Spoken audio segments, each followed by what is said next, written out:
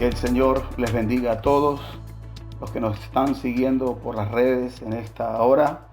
Confiamos en el Señor Jesucristo que esta va a ser una ocasión donde la palabra de Dios va a bendecir nuestras vidas, va a bendecir nuestro corazón y vamos a ser edificados por la bendita y gloriosa palabra de nuestro Dios. Estamos hablando por estos días sobre la casa del Señor. Y el primer mensaje de esta serie, habíamos mencionado la vida del rey Ezequías y de su padre, el rey Acaz.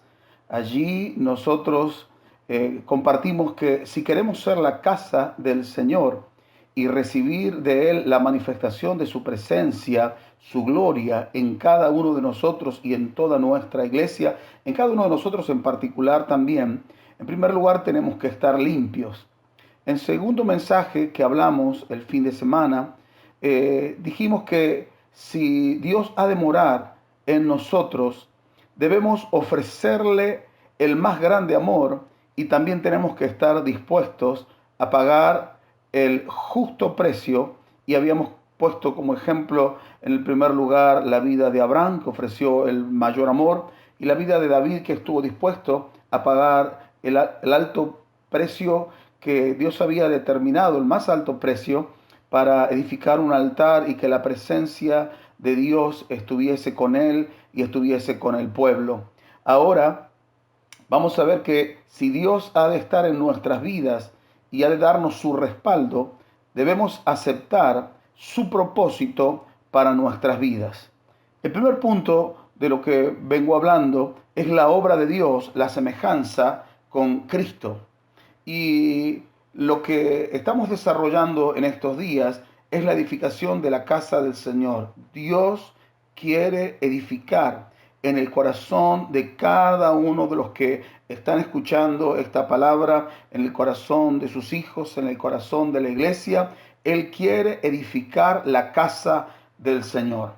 Y mi convicción es que si cada miembro del reino de Dios, cada persona que con sinceridad y en verdad ha entregado su vida a Cristo y le ha hecho su Salvador y le ha hecho también Señor y dueño de esa vida, esta casa emergerá en nuestras ciudades, transformará regiones enteras y traerá un gran avivamiento. Esta debiera ser nuestra meta. ¿Cuál debiera ser nuestra meta? Que mi vida, que su vida, que mi vida se transforme en una casa para morada de Dios en espíritu. Y sin la llenura verdadera de Cristo en nosotros, tendremos menos impacto que el de un partido político cuyas fuerzas descansan en los números y obviamente no descansan en Dios. Todo cristiano verdadero debe reconocer al menos dos prioridades. La primera es que necesitamos regresar a la simplicidad y a la pureza de la devoción a Cristo. Y en segundo lugar, necesitamos desesperadamente la intervención divina o nuestras ciudades, nuestras provincias y nuestra nación perecerán. Necesitamos desesperadamente que Dios intervenga. En el Salmo 90, Moisés expresó una oración que debería repetir todo aquel que está cansado de sus débiles esfuerzos. Piense en el sentido personal y piense en un sentido más amplio de la palabra. Hacemos esfuerzos, personas hacen esfuerzos y son inútiles. No recuperamos nuestra relación con Dios en nuestros esfuerzos, no avanzamos sin Dios en nuestros esfuerzos. No restauramos nuestras familias, nuestros matrimonios no son duraderos, nuestras ciudades no tienen paz, nuestros países tambalean. Necesitamos desesperadamente la intervención divina en cada situación. Por eso, en el Salmo 90, le dije recién, capítulo 90, versículo 16, 17, Moisés hizo esta sencilla oración. Él dijo así: aparezca en tus siervos tu obra y tu gloria sobre sus hijos. Sea la luz de Jehová nuestro Dios sobre nosotros y la obra de nuestras manos confirma sobre nosotros. Sí, la obra de nuestras manos confirma. En esta oración notamos que Moisés no estaba dispuesto a intentar algo y que Dios lo bendijera. Él entendía que sus intentos personales no iban a contar con la bendición de Dios. Él ora de esta manera y dice: aparezca tu obra. Y agregó: la obra de nuestras manos confirma. Luego de que aparezca la obra de Dios, entonces él ora, confirma la obra de nuestras manos. ¿Qué es la confirmación divina? Es cuando el Señor obra con usted y respalda las palabras que usted habla con su poder. Y le pongo algunos ejemplos. En primer lugar, encontramos en el primer libro de Samuel, capítulo 3, versículo 19 al 21, el primer ejemplo de Samuel. Y dice la palabra de Dios: y Samuel creció, y Jehová estaba con él, y no dejó caer a tierra ninguna de sus palabras, y todo Israel, desde Dan hasta Berseba, conoció que Samuel era fiel profeta de Jehová. Y Jehová volvió a aparecer en Silo, porque Jehová se manifestó a Samuel en Silo por la palabra de Jehová. Dios estaba con Samuel. Dios estaba respaldando a Samuel porque las obras de Samuel eran las obras de Dios. Otro ejemplo lo encontramos en la bendita y gloriosa persona de nuestro Señor Jesucristo, de quien dice en el libro de los Hechos, capítulo 10, versículo 38, cómo Dios ungió con el Espíritu Santo y con poder a Jesús de Nazaret, y cómo éste anduvo haciendo bienes y sanando a todos los oprimidos por el diablo, porque Dios estaba con él.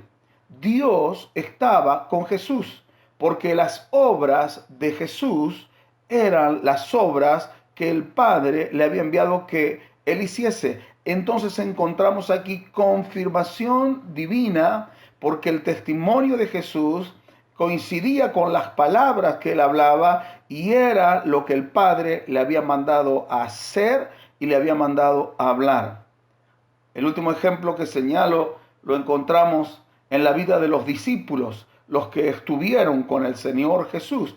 Lo mismo sucedería para usted y para mí si decidimos estar con el Señor Jesús. Marcos 16:20 dice la palabra de Dios así: y ellos saliendo predicaron en todas partes, ayudándoles el Señor y confirmando la palabra con las señales que la seguían.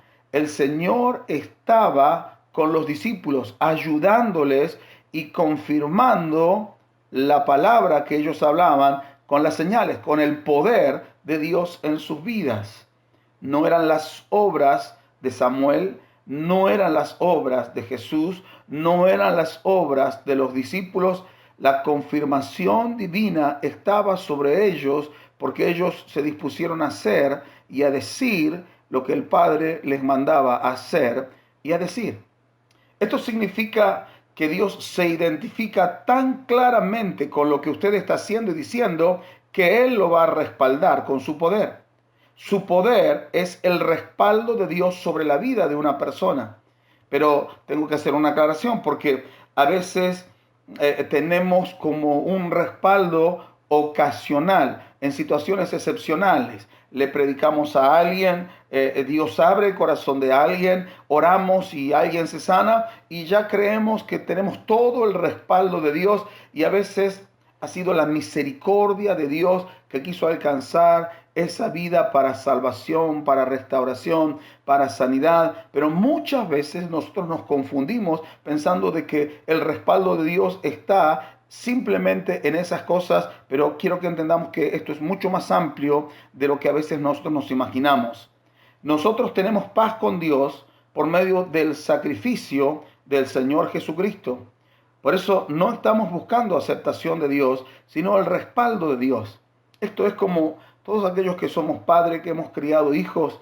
Nosotros aceptamos a nuestros hijos, amamos a nuestros hijos, no vamos a negarles el beso, el abrazo, la buena palabra, la instrucción, la comida, el cuidado, todo lo que nos corresponde como padres, pero eso no significa que nosotros le demos respaldo a lo que nuestros hijos están haciendo. Pero Dios no solo quiere ayudarnos en situaciones excepcionales, Dios quiere darnos su respaldo.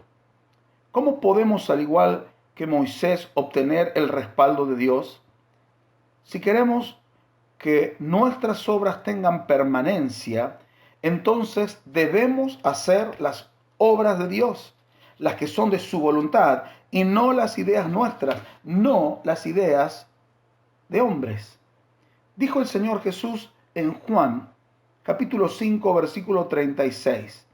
Mas yo tengo mayor testimonio que el de Juan, hablaba de Juan el Bautista, porque las obras que el Padre me dio para que cumpliese, las mismas obras que yo hago, dan testimonio de mí que el Padre me ha enviado.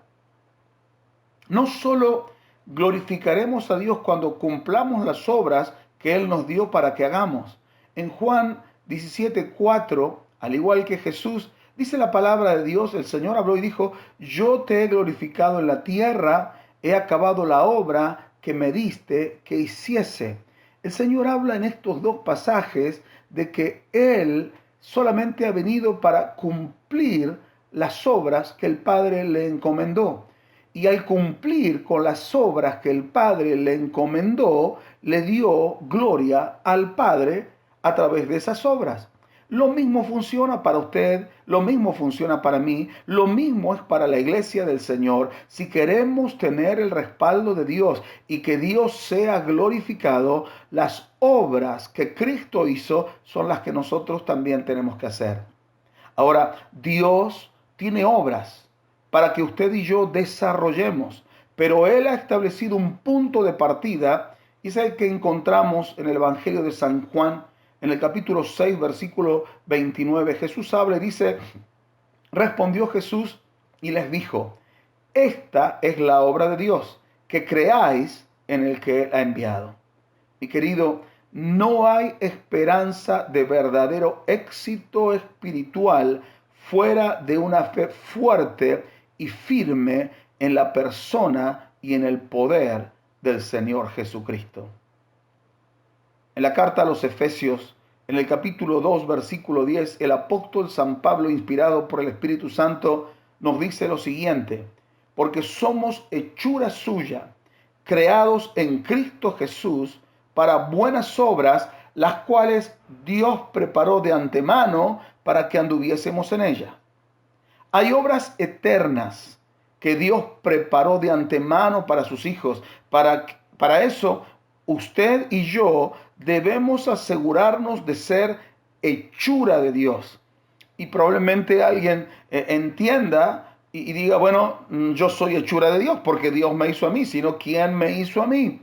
Pero no estamos hablando de la creación natural, porque todos hemos sido hechos por Dios, sino que estamos hablando de la parte espiritual. Eso significa nacer de nuevo, hecho por Dios, con una naturaleza que ya no es mundana ni es carnal, sino con una naturaleza espiritual que tiende a lo de Dios, que solo quiere lo de Dios, la misma naturaleza de Cristo en nosotros, la cual se produce cuando una persona reconoce sus pecados y en una actitud de arrepentimiento acepta a Jesucristo como su Salvador personal y hace a Jesús Señor y dueño de su vida, y esto lo hace en verdad y con sinceridad.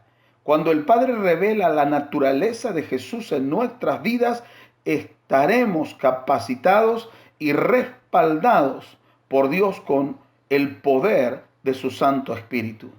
En segundo lugar, el misterio de la voluntad de Dios. Debemos conocer el plan fundamental de Dios, el cual está claramente expresado en las Escrituras. Y es interesante que nosotros pongamos oído a esto, porque muchos de los que me escuchan en esta ocasión, muchos de los que transitamos por las iglesias y alabamos al Señor y nos reunimos, bueno, en este tiempo no, pero ya vendrá el día en que esto vuelva a ocurrir, desconocemos cuál es el plan de Dios para nuestras vidas. Más aún desconocemos el plan fundamental de Dios. En una oportunidad, en una reunión de varones, yo pregunté si alguien sabía cuál era el plan, el propósito de Dios para con su vida, y si estaba dispuesto a levantar la mano y compartirlo, y nadie en todo el auditorio pudo reconocer o identificar cuál era el plan, el propósito de Dios para su vida. Pero yo estoy hablando aquí, aparte de esto, del plan fundamental de Dios, no solo para una persona en particular, sino para todas las cosas. Pero la palabra de Dios lo expresa de esta manera en Efesios 1, 9 y 10, que puede resultar un texto a veces controversial, difícil de comprender, pero no lo es. Dice así: dándonos a conocer el misterio de su voluntad. Y luego continúa y dice: de reunir todas las cosas en Cristo en la dispensación del cumplimiento de los tiempos, así las que están en los cielos como las que están en la tierra. Aquí encontramos que el propósito eterno de Dios el Padre es de reunir todas las cosas en Cristo. Todas las cosas. No algunas cosas, sino todas las cosas. Esto significa que Cristo será la cabeza de todas las cosas creadas, absolutamente de todas las cosas, y que todo será dirigido un día por Él, todo será alineado debajo de Él. Eso es lo que está diciendo este pasaje. Aunque la realidad de lo que vemos no nos indique que esto es así, por el contrario, vemos las fuerzas de las tinieblas que obran en el mundo entero. Vemos que el hombre se corrompe cada día un poco más.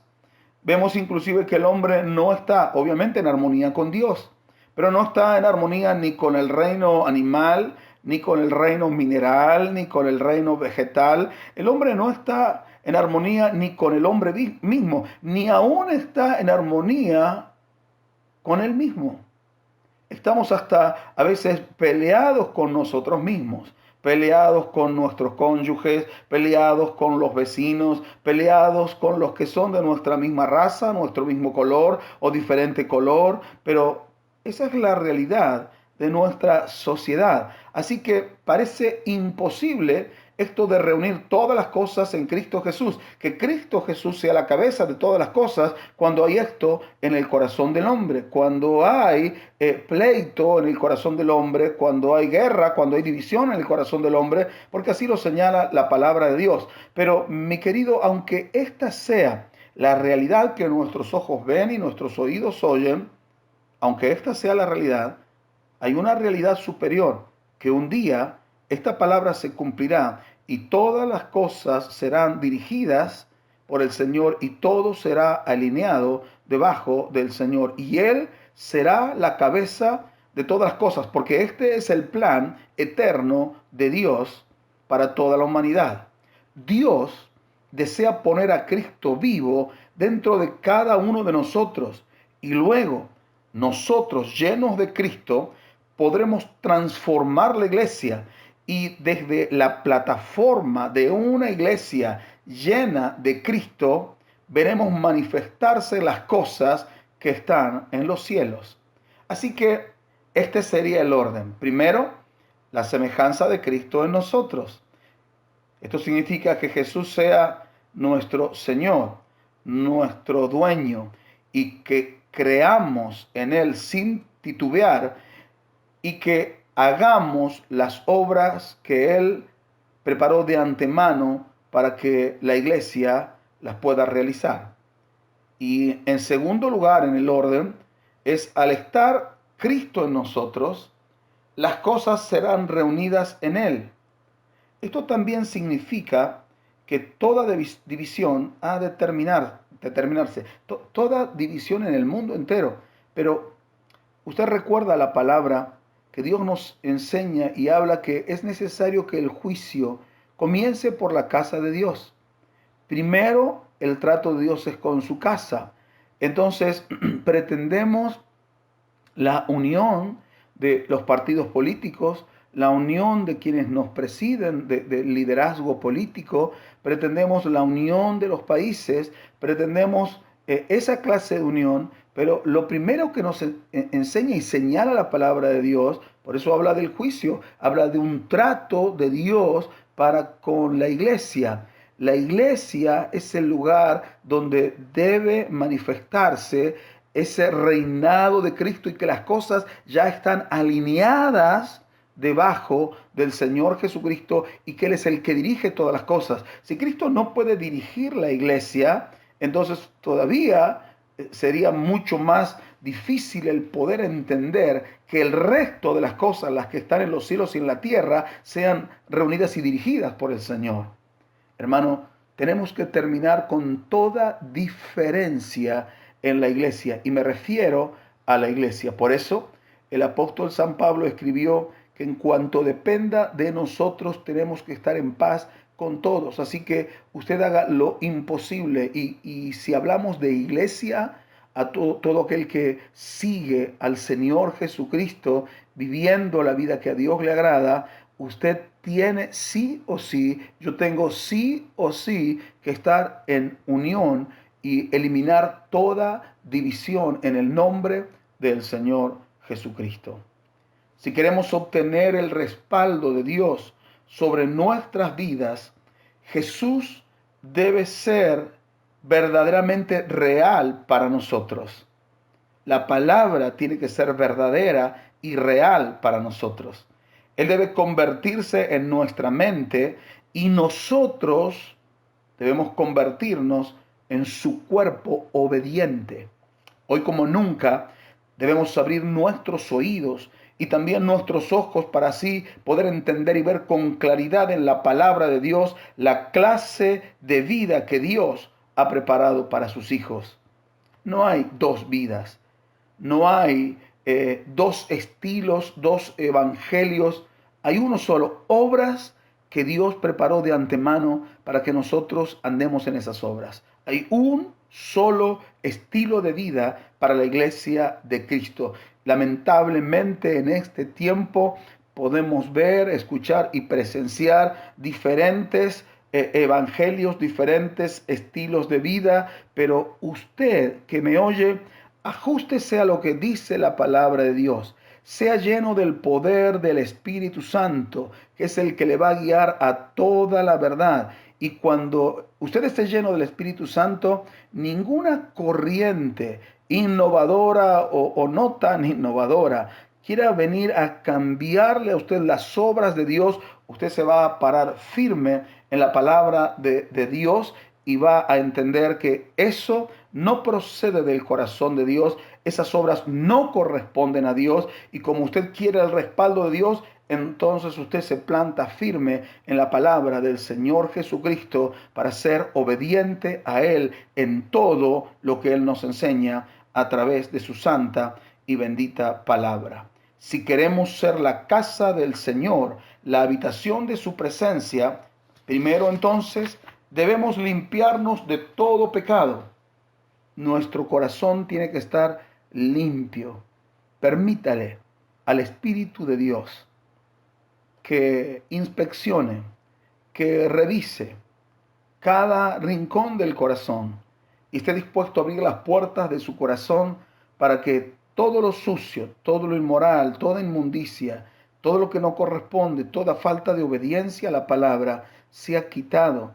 Renuncia al oculto, a lo vergonzoso, que la casa de Dios, que su vida, la iglesia del Señor, esté limpia para que Dios pueda traer luego su presencia.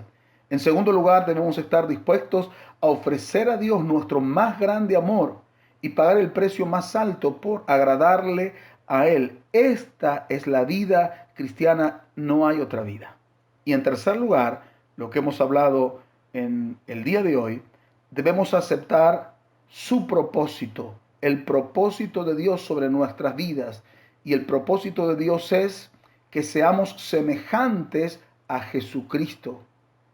Y luego que aceptemos y vivamos en su voluntad de estar unidos a Él y también unidos a su cuerpo, que es la iglesia del Señor Jesús. ¿Qué le parece si oramos a Dios en esta hora? Si volvemos nuestro corazón a Dios en una sencilla oración, y ahí donde usted se encuentra oyendo esta palabra, si a usted le parece bien, poder inclinar su cabeza, reflexionar por un momento. Dios lo ama, mi querido. Dios lo recibe como hijo. Pero ahora nosotros estamos al edificar la casa del Señor, buscando el respaldo de Dios sobre nuestras vidas. Que en todo lo que hagamos, el Señor sea glorificado. Que en todo lo que digamos, el Señor sea glorificado.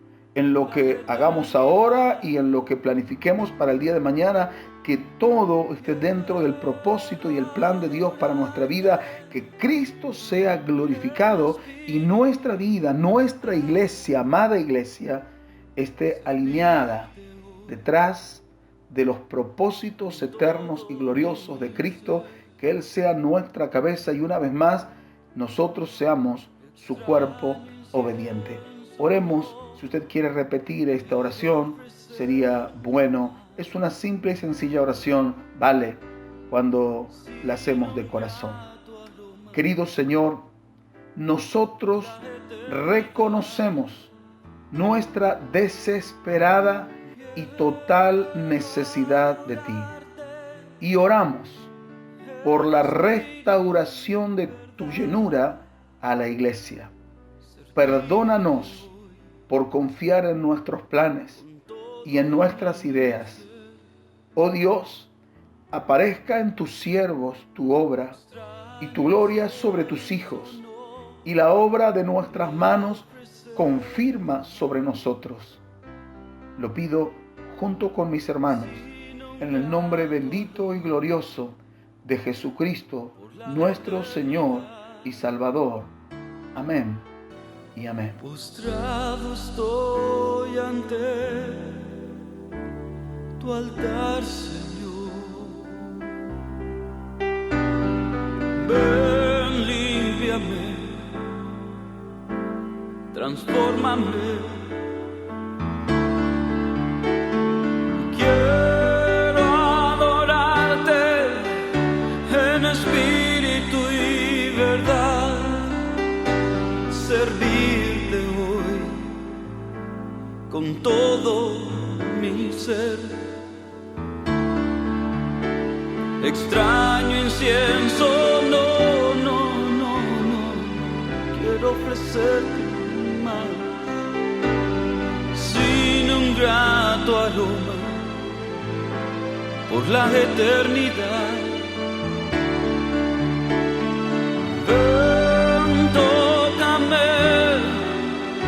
Purifícame, Señor, postrado estoy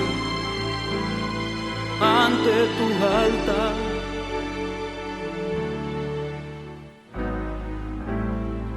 Porque tú eres santo, solo tú eres santo. Y en santidad quiero adorarte, y en santidad quiero servirte, porque tú eres santo, solo tu Rey eres santo. Y en santidad quiero adorarte, y en santidad quiero servirte. Hacemos una oración juntos.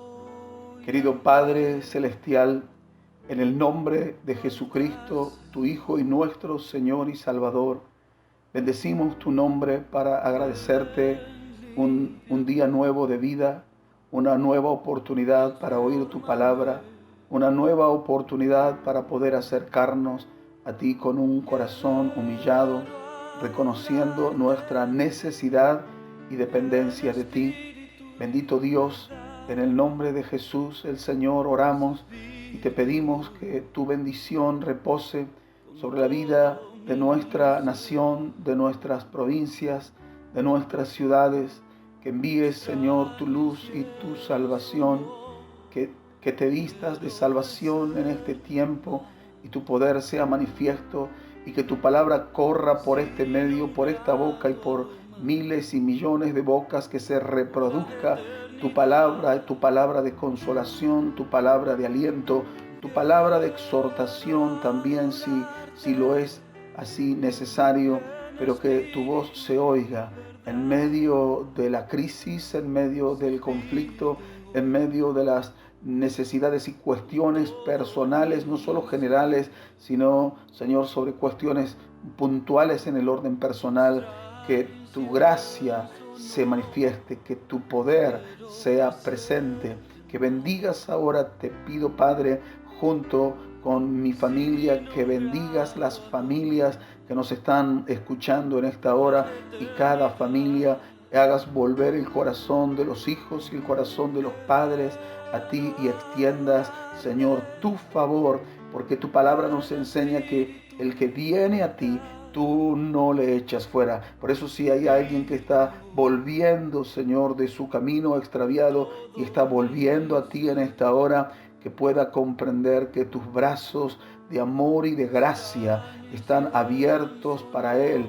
Ha sido para él un tiempo favorable de Dios, donde el Espíritu Santo ha querido hablarle y él ha dispuesto su corazón para volver a ti. Bendícele, Señor, y te rogamos que en este tiempo de dificultad tú suplas toda necesidad, sanes toda enfermedad en el nombre bendito de Jesucristo, y confirma, Señor, la palabra, la obra de nuestras manos, confirma sobre nosotros, y nosotros te prometemos que siempre vamos a darte toda la gloria y toda la honra solamente a ti, querido Jesús. Amén, amén y amén. Queridos hermanos, les mandamos un abrazo grande desde nuestro corazón a toda la iglesia, junto con mi esposa y mi familia, ahora desde casa. El día de mañana, cuando Dios lo permita, todos juntos en una fiesta, cuando regresemos al templo. Les amamos en el amor del Señor Jesús, y que Dios los bendiga. Y en santidad quiero adorarte, y en santidad quiero servirte.